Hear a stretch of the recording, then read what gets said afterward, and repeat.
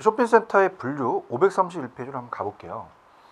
자, 저번 시간에 했던 이제 백화점과의 차이점과 쇼핑센터의 특징이 그래도 가장 실제 빈도가 높은 부분입니다. 여기서는. 그래서 이제 그 이번에 쇼핑센터의 분류는 그냥 참고적으로 보실 내용인데요. 자, 일단은 넘겨보시면, 자, 일단 제목은 한번 적어볼게요.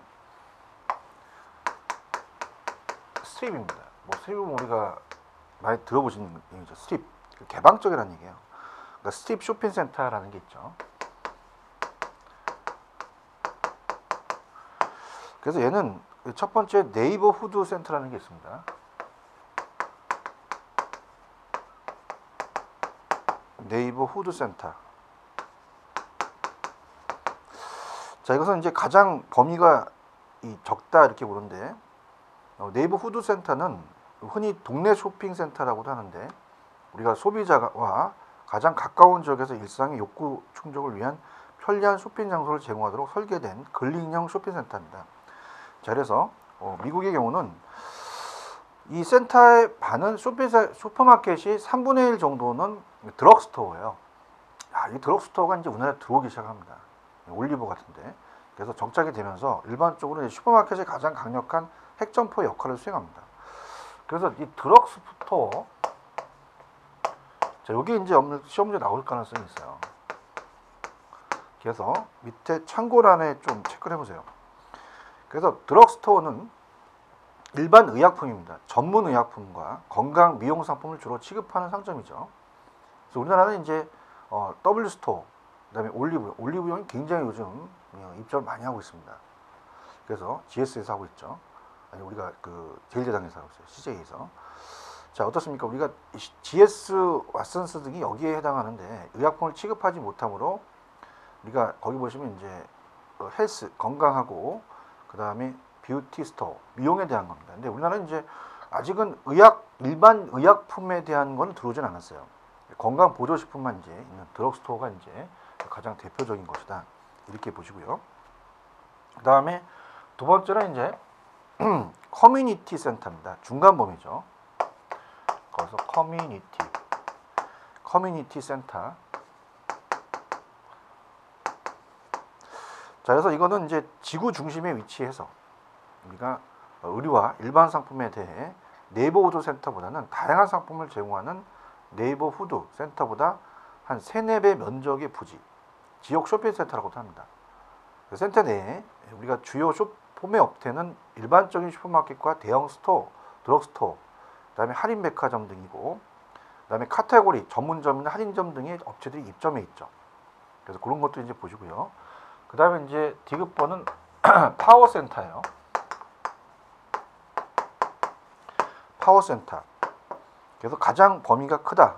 파워센터는 이제 우리가 이제 교재 지금 532페이지 하고 있죠.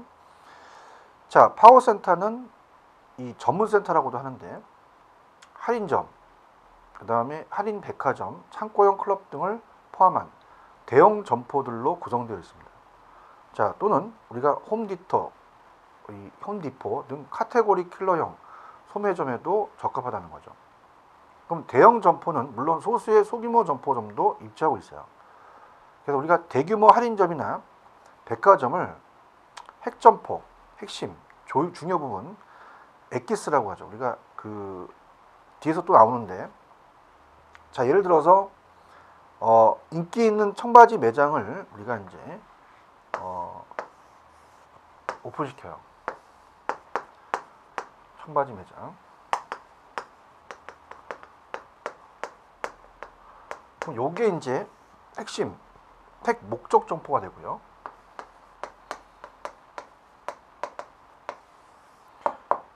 그 다음에 이제 여기에 뭐 벨트나 수선하는 것이 이제 들어온다는 얘기죠. 그래서 이게 하나의 기생점포입니다. 기생점포. 그래서 이런 것도 이제 이 대규모 할인점이나 백화점을 핵점포로 위치하는 것이 적절한 점포 비용이 이제 들어가는 거죠. 그래서 이제 이 538페이지로 가시면 나중에 이제 공부를 하실 거지만 목적 점포와 기생 점포라는 게 나와요. 이게 이제 목적 점포가 되고 이게 기생 점포가 된다는 거. 나중에 나오니까 그때 다시 설명을 하겠는데 여기서 좀 정리를 해 두시고요. 그 다음에 쇼핑 세탑의 유형별 핵점포는 그냥 참고만 해주시면 됩니다. 이렇게 보시면 되고, 그 다음에 스트립 쇼핑 센터가 있으면 이제 이 2번 이 쇼핑몰이라는 게 이제 533페이지 나와 있죠. 쇼핑몰입니다. 자, 그래서 쇼핑몰의 의의는 그냥 기억 밑줄만 최근 들어 많이 등장하고 있는 것으로 이 과거의 도로를 중심으로 한 직선적 상가 배치에서 벗어나 원형 등 면 중심으로 상가를 배치한 형태를 말합니다. 이렇게 원형으로 상가를 이렇게 배치하는 겁니다.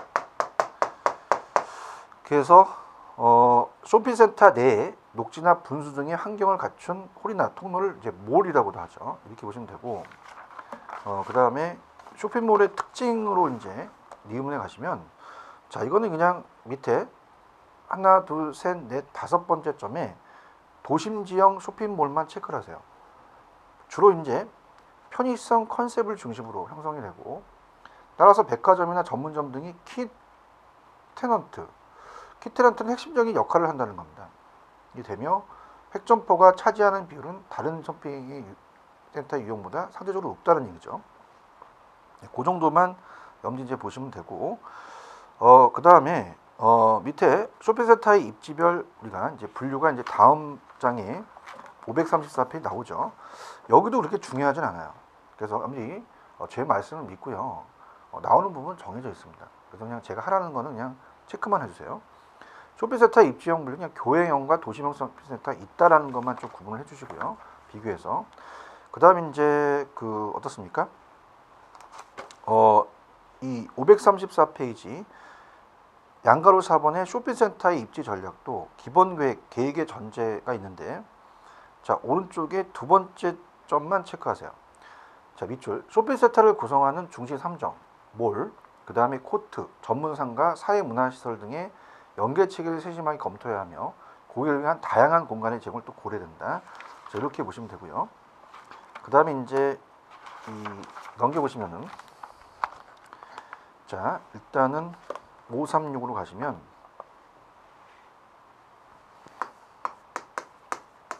자, 세 번째 평면 계획이라는 게 있죠. 자, 이것도 그냥 밑줄만 쳐볼게요. 쇼핑센터를 구성하는 중요한 요소는 이제 중심 상점, 몰, 그다음에 코트, 전문점, 주차장, 사회문화시설 등을 들 수 있다. 우리가 중심 상점, 핵상점을 밑줄 치시고 쇼핑센터의 중심으로서 고객을 끌어들이는 기능을 가집니다. 그래서 우리가 백화점이나 이 종합 슈퍼마켓, 대형 전문점 등에 이에 해당합니다. 이것을 중심으로 이제 통로가 생기겠죠. 그다음에 몰은 이제 쇼핑센터 내 주요 보행 동선으로 고객을 각 상점으로 고르게 유도하는 쇼핑 어떻습니까? 거리인 동시에 고객이 휴식처다. 그냥 그 정도만. 자, 코트는 한번 체크해 보세요. 코트는 좀 체크. 고객들이 머물 수 있는 공간이 코트라고 얘기를 합니다. 그래서 코트는 첫 번째 줄에 보시면은 뒤에, 자, 우리가 어떻습니까? 두 번째 줄 봅니다. 코트에는 분수, 전화박스, 식수대, 벤처 등을 설치해서 고객 휴식처로 조성함과 동시에 쇼핑 정보를 또 안내하는 곳이다. 이렇게 보시고, 그 다음에 이제 536페이지 니은의 밑에 가시면 각 부분의 면적 비율은 좀 체크하세요. 별표. 면적의 구성비는 쇼핑센터의 규모, 중심 상점의 수에 따라 차이가 있습니다. 그래서 일반적으로 중심 상점의 전체 면적이 약 50%고 전문점 부분이 약 25%, 그 다음에 몰, 코트 등이 공유 공간이 약 우리가 10% 정도다. 나머지는 이제 관리시설, 화물 처리장, 기계실 등의 약 15% 정도를 점유한다. 이렇게 보시고요. 세부 계획은 이제 보행자 지대, 그다음에 넘겨보시면 몰 계획, 이런 것들이 있는데 그냥 여러분들이 그 체크만 좀 해주시기 바랍니다.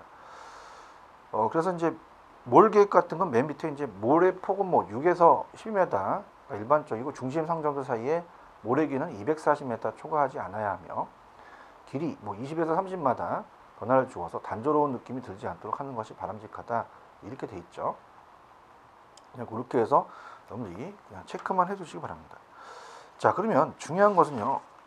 넘겨보시면 앞쪽에도 말씀드렸지만 이 538에 가시면 목적 점포와 기생 점포는 별표를 쳐놓으세요. 538에. 그래서 538페이지 가시면 앞쪽에서 말씀드렸지만 이 목적 점포와 기생 점포는 나올 가능성이 큽니다. 그래서 우리가 지금 목적 점포와 기생 점포는 별표를 꼭 쳐놓으시기 바랍니다. 이건 이제 굉장히 중요해요. 자, 그래서 우리가 그 목적 점포라는 것이 그 점포가 일반적인 그 상업, 그 일반적인 상업 중심지 밖에 있더라도 소비자가 그 점포만을 방문하기 위해서 이동할 용의가 있는, 즉 매장 자체가 목적지가 되는 점포예요. 예를 들어서 유명 브랜드의 아울렛. 자, 우리가 여러분들 이제 경기도 이천 가시면 이제 아울렛몰이 있잖아요. 도시 외곽에 세워졌다고 하더라도 소비자는 기꺼이 장거리 이동하면서 그 점포를 이용을 한다는 겁니다. 자, 이 경우 같은 센터에 있는 매장이라도 다른 상권을 가지게 될 수 있죠. 다른 업체와 비교해서 확실한 기술력을 보유하고 있는 업체나 뛰어난 마케팅 능력을 보유하고 있습니다. 즉 고객이 스스로 찾아올 수 있도록 서비스와 시설 규모를 가진 점포로, 예컨대 우리가 특정 상권 안에서 가장 낮은 가격으로 식료품을 판매하는 대형 슈퍼마켓이든지, 그 다음에 특정 상권 안에서 뚱뚱한 사람들에 맞는 청바지를 파는 유일한 점포. 자, 우리나라도 이제 옷을 큰 쪽으로 이제 빅 사이즈로 파는 매장들도 늘어나기도 하죠. 그 다음에 수많은 종류의 장난감을 판매하는 카테고리 킬러. 쇼핑몰 혹은 쇼핑센터에 입점해 있는 전문점이나 할인점은 목적 점포이지만 같은 곳에 입점해 있는 음식점이나 편의점 세탁소 등은 기생 점포라고 볼 수 있어요. 자, 그래서 무슨 얘기냐? 기생 점포는 그 자체가 소비자의 이동을 유도하지는 않습니다.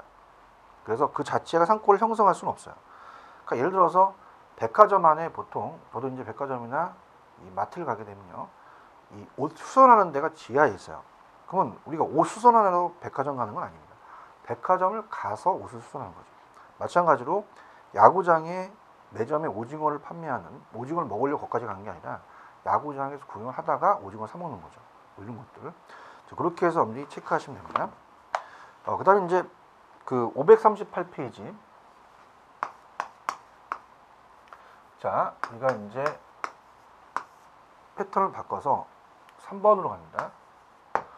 자, 우리가 이제 뭘 배울 거냐면 복합 용도 개발 지역입니다. 복합 용도 개발 지역. 자, 이걸 한번 체크해 볼게요. 자, 그래서 이제 요게 이제 별표를 한 2개 정도 표시하시기 바랍니다. 물론 우리가 이제 유형별 점포에 대해서 이제 얘기를 하고 있지만 요게 이제 출제 빈도가 높아요. 그러니까 예를 들어서 이제 동탄의 메타폴리스라고 예를 들어봤잖아요. 그래서 주거 상업 기능이 모두 함께 있는 겁니다. 그래서 높은 건물에 이 건물이 있기 때문에 뭘 다 보이고 이걸 중심으로 이제 아파트가 입지하는 거죠. 그래서 이제 밑줄 쳐보세요. 복합 용도 개발은 자, 주거, 상업, 업무 활동 등 3가지 이상의 활동이 함께 이루어지도록 계획되어 있어요. 그래서 우리가 편리성과 쾌적성을 높인 복합 용도의 건축물 또는 건축물군으로 개발하는 것을 의미합니다. 니은번 복합 용도 개발은 자, 하나의 그 건물의 쇼핑센터, 오피스텔, 호텔, 그다음에 주상 복합 건물, 주거용과 상업용이 같이 있는 거죠. 그다음에 시민회관, 컨벤션 센터 등 다양한 용도로 결합시키는 것을 말한다. 그럼 복합 용도 개발의 요건은, 이 용어는 이제 블랙 캠펠트에 의해서 처음 사용되는데, 우리가 위더스푼은 이제 복합 용도 건축물의 조건을 이제 3가지 이상 용도로 이제 수용하면서, 밑에 기억에 이제 3가지 이상의 용도 수용, 그다음에 니은의 물리적 기능적 통합, 그다음에 디귿의 통일성이 있는 계획에 의한 개발은 밑줄만 쳐놓으시고요. 복합 용도 개발의 특징도, 자, 2번째 니은에만 체크, 공간 활용률이 매우 높다는 거죠. 그 다음에 우리가 미음번 정도를 좀 체크해 보세요. 자, 미음번도 체크. 오피스 개념의 도심지에 주거 기능을 도입합니다. 업무도 보고 주거도 해결한다는 얘기예요. 도넛 현상이 도심 공동화라는 건 앞쪽에서 얘기를 했죠. 어느 정도 방지할 수 있다는 거죠. 도시 활력소가 된다는 거예요. 사람들이 빠져나가는 게 없다는 거죠. 그래서 자, 우리가 도심 공동화라는 자체를 얘기했었잖아요. 그래서 도심 공동화 현상이 앞쪽에서 중심 CBD가 있으면, 도심이 있다면, 자, 여기는 직장이고 주거지를 나갑니다. 그래서 도심 공동화 현상이 어땠어요? 낮에는 사람들이 바글바글하다 밤만 되면 뻥 뚫린 현상이 발생되죠. 근데 여기서 이제 개발을 하다 보니까 안 나간다는 얘기예요. 그래서 그러한 도심 공동화 현상을 어느 정도 방지할 수 있어 도시 활력소가 된다는 게 복합 용도 개발의 그 특징이 가장 중요하겠죠. 그 다음에 참고를 보시면은, 그럼 복합화의 특징은 뭐예요? 우리가 이제 이러한 오피스 개념과 도심지 기능을 합치다 보니까 도심 공동화 현상을 방지해서 우리가 이제 이 공동화 현상이라는 건 밤만 되면 배드타운이 형성이 되면서 나가는데 그런 걸 막자는 거죠.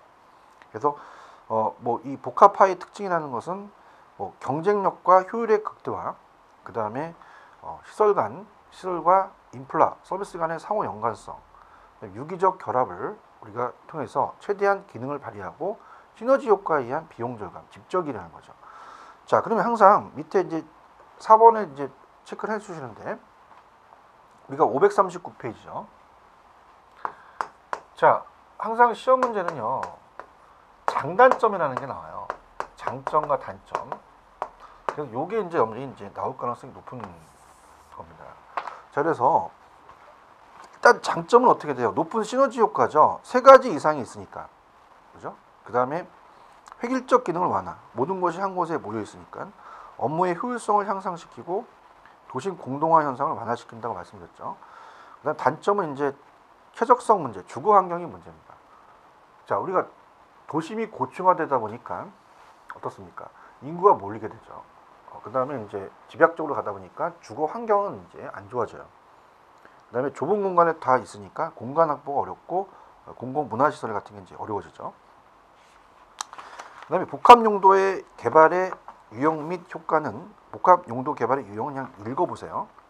그다음에 이제 중요한 것은, 자, 우리가 밑에 540페이지의 2번.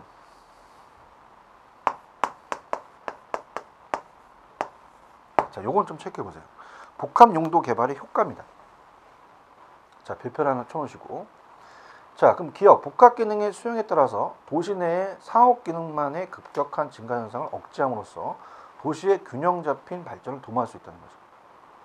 그 다음에 니은, 여기 이제 가장 핵심인데, 젊은 독신자나 젊은 부부처럼 도시 내에서 살고자 하는 사람이나 살 필요가 있는 사람들에게 양질의 주택을 공급할 수 있다는 겁니다.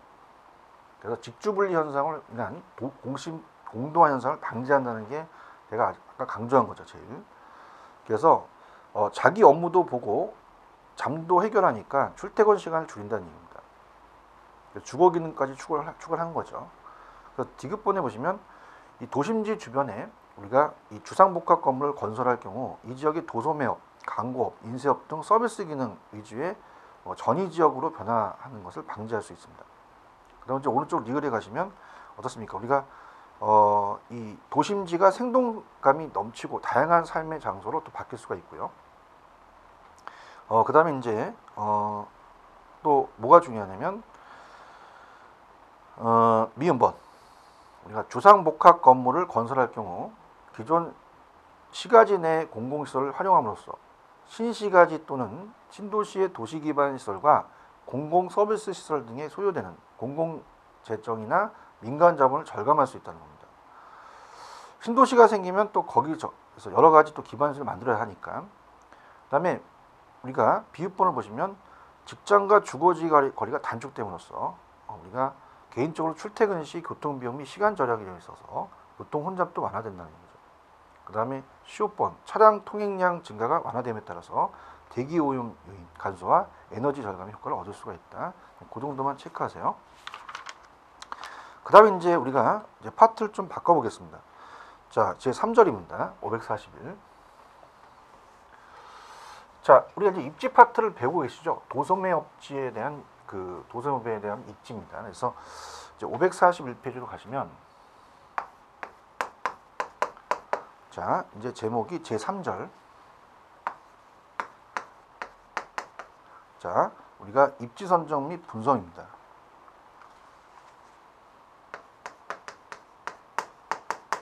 입지 선정 및 분석으로 가죠. 자, 그러면 앞쪽에서 잠깐 말씀을 드렸지만 입지와 입지 선정은 약간 다르다고 했죠. 그래서 입지는 이제 땅이 서 있다. 그래서 이제 고정돼 있는 정적이고 고동적이고 공간적이라는 거죠. 근데 입지 선정은 이제 발견하는 작업이기 때문에 동적이라는 얘기예요. 움직인다. 자, 그래서 자, 밀주초입니다. 입지 선정에 대한 의의 갈게요. 입지와 입지 선정, 입지의 의의. 자, 입지는 로케이션이라고 제가 말씀드렸죠, 앞쪽에서. 상권은 변동성이 있는데 이 입지라는 것은 공간적 고정 한 번 딱 정해지면 움직이지 못하죠. 그래서 주택, 점포, 공장 등이 위치하고 있는 장소 또는 입지 주체가 정하는 경제활동의 장소를 말합니다. 정적이죠. 그 다음에 니은번 입지는 점포가 소지하고 있는 위치적인 조건으로 일반적인 상권의 크기, 교통망, 고객층, 점포의 지세 및 지형과 밀접한 관련이 맺고 있고요. 그 다음에 이 디귿 입지는 그러면 유동 고객의 동선과 주변 여건에 따라서 상급지와 중급지, 하급지 또는 1급지와 2급지, 3급지로 분류될 수가 있다는 거죠. 그럼 입지 선정에 대한 의의를 이제 보겠는데 여러 가지 고려해서 동쪽이 움직이는 게 입지 선정이죠. 그래서 밑줄 입지 선정은 자 542페이지입니다. 입주체가 추구하는 조건을 갖춘 토지를 발견하는 것입니다. 우리가 입지론으로 동적인 것이죠. 근데 입지 선정에 주어진 토지에 가장 적합한 용도를 결정하는 건 적지론도 포함됩니다. 그러니까 입지론과 적지론이라는 자체는 두 가지가 있는데요. 자, 갑니다. 주어진 용도에다 어떤 부지에다 하지라는 게 입지론이에요. 그 다음에 주어진 부지가 있습니다.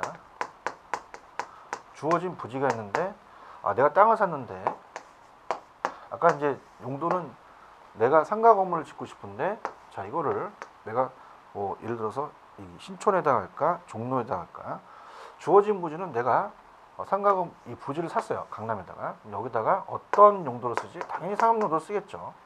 용도의 선정이에요. 자 이건 어떤 게 적지지? 라는 적지론이 됩니다.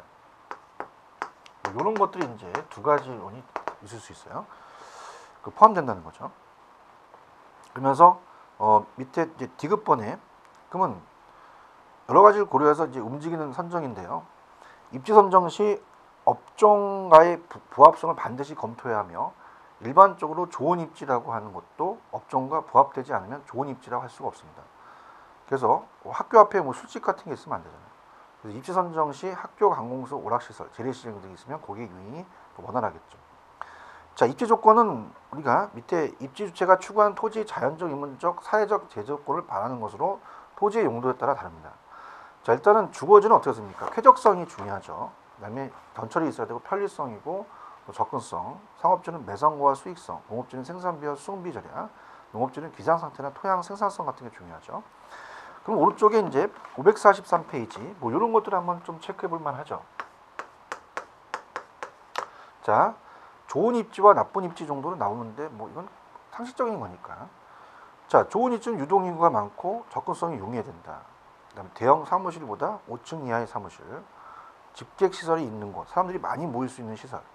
자, 퇴근길 방향이 맞아야 된다는 거죠. 주차장 확보 공간, 그다음에 코노상가, 그다음에 중소형 대규모 아파트 단지, 그다음에 낮은 지대, 중심 상권, 비어 있는 점포가 없는 곳. 나쁜 입지는 어때요? 상권이 필요 이상으로 확대된 지역, 예를 들어서 신도시, 업종이 자주 바뀌는 곳.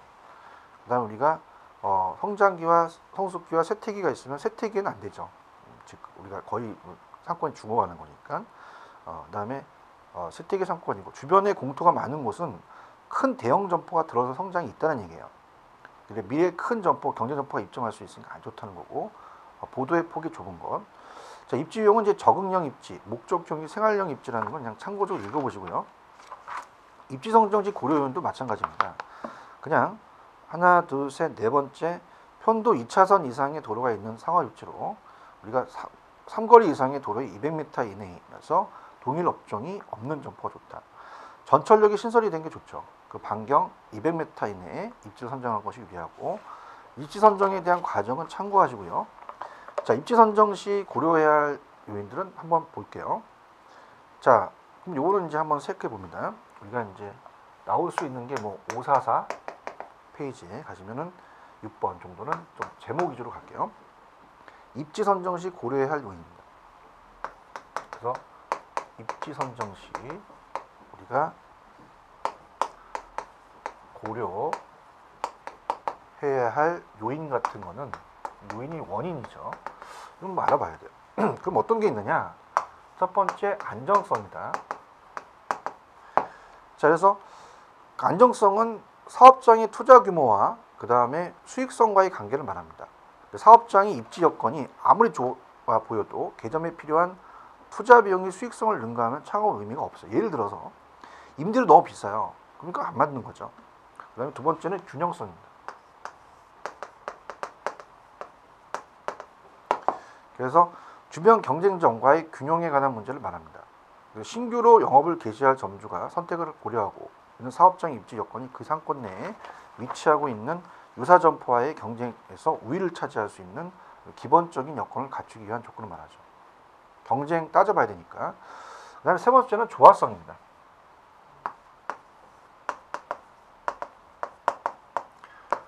자, 그래서 예비 개점자가 선택하는 아이템과 주변 상권과의 조화를 말합니다. 예를 들어서 우리가 아파트 단지에 가시게 되면 제과점 있죠. 뭐 파리바게트라든지.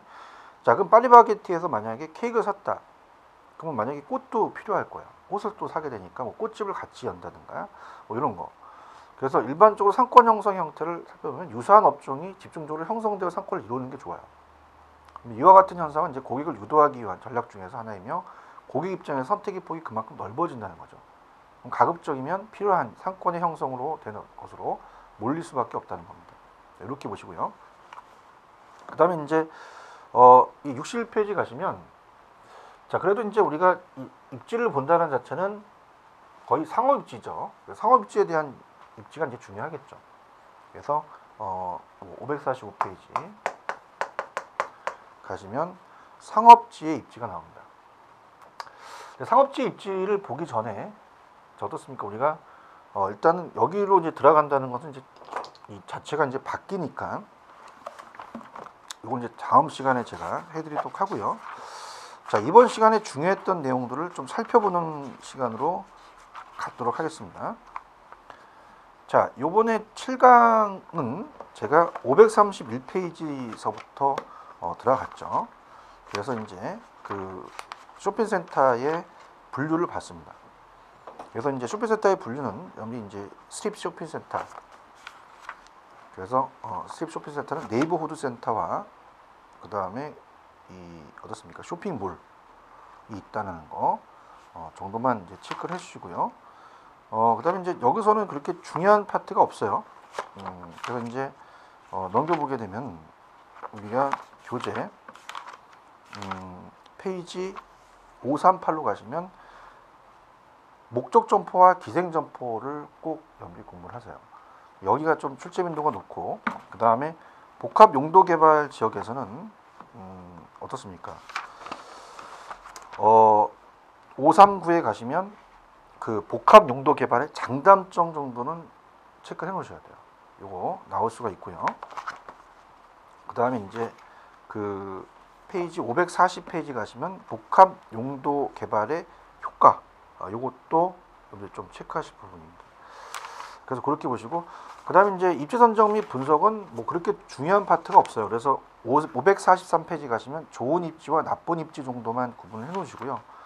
그 다음에 이제 지금 마지막으로 했던 입지 선정 시 고려해야 할 요인, 안정성, 균형성, 조화성 정도를 여기 좀 구분을 해 놓으시는 게 내용을 익히는 게 되겠습니다. 상업지에 대한 입지, 요거는 이제 조금 연결될 부분이죠. 그래서 이거는 제가 다음 시간에 연결시켜서 좀 들어가도록 하겠습니다. 좀 쉬었다 가죠.